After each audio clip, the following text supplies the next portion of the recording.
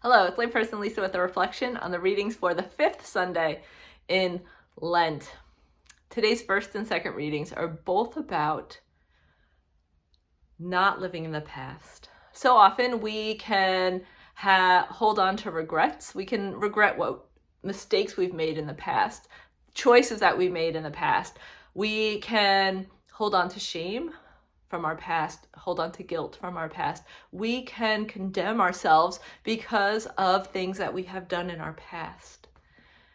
But God desires for us to live in the present. And so when we bring these things to reconciliation, these things from our past, we are created anew. We are redeemed because of Jesus. And God creates a new path for us, a clean slate to put these things from the past behind. And so sometimes we bring these things to reconciliation and we're still having trouble being free from the guilt or the shame or the regret or maybe the self-loathing. But Jesus forgives us. And if Jesus forgives us, He wants us to forgive ourselves. Saint Margaret Mary Alacoque, when Jesus appeared to her and she went to her bishop and told her bishop what Jesus was saying to her per Jesus's instructions, the bishop didn't believe her. And he said, next time Jesus comes and visits you, ask him what the last mortal sin that I confessed was. And so Saint Margaret Mary did. And so she said to the bishop, oh, Jesus told me that he forgot. So when we bring our sins, our struggles, the things that we're struggling with ourselves. So if you're struggling with guilt, if you're struggling with shame, and you bring that to reconciliation, if you bring those mistakes to reconciliation, Jesus forgives and he also forgets. And so a new path is created for us. And we're called to die to self. We're called to die to those things which are keeping us from Jesus. And so often that could be the way we feel about our past, but Jesus just is so loving, so merciful, so compassionate, and he calls us to be the same way with ourselves, but so often we are not. So often we are not gentle with ourselves. And so this is an opportunity to reflect. Is there an area in your life which you are not gentle or compassionate or merciful to yourself?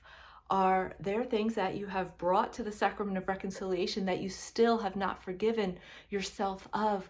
Well, Jesus does not want us to live in that past. He wants us to live in the present, the eternal now, which is him. Jesus just wants us to live in his habitual embrace. And so often we forget that Jesus is right here, present in our hearts, present in right next to us, holding on to us. And so we can invite Jesus into these memories that maybe we are having difficulty with. We can prayerfully invite Jesus into these memories, ask him to purify them. And what I mean by that is help us to see his presence in those times. Allow us picture, use your imagination and picture Jesus just holding you in your time of struggle, in your time where maybe you made a mistake and you're having trouble forgiving yourself. Just allow Jesus to hold you in that moment. Allow him to just pour his love onto you. We are called to move forward. We are called to not look back, that's where the devil wants us. The devil wants us to look back at our past, at our mistakes, at our weaknesses, at our failures. But no, Jesus calls us to live in the present. If we have a weakness, we are called to invite Jesus into that weakness, to humbly say to him, this is my weakness, Lord, and I need you to be my strength. It's like St. Paul, that when he said, in our weakness, we are made strong because of Jesus. Allow this to be an opportunity to receive his graces. When we're living in the past, then we are not fully receiving his graces.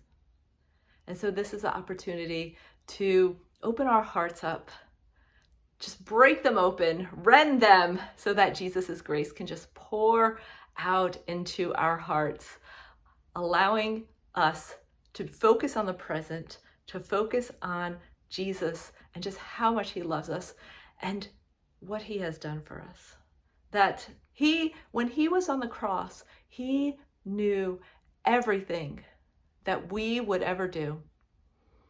He knew everything I would ever do to hurt him. And yet he still said yes to suffering on the cross for me. And the same goes for you. He chooses you. And so as we get closer to Holy Week, let's just focus or reflect on things that maybe we're holding on to from our past, that Jesus just wants us to be broken free from, to allow him to break the chains. If you haven't brought these things to reconciliation, this is a great time to do that. As we start wrapping up, as Lent starts to come to an end, is a great time to be reconciled with the Father through Jesus, who chose your life over his.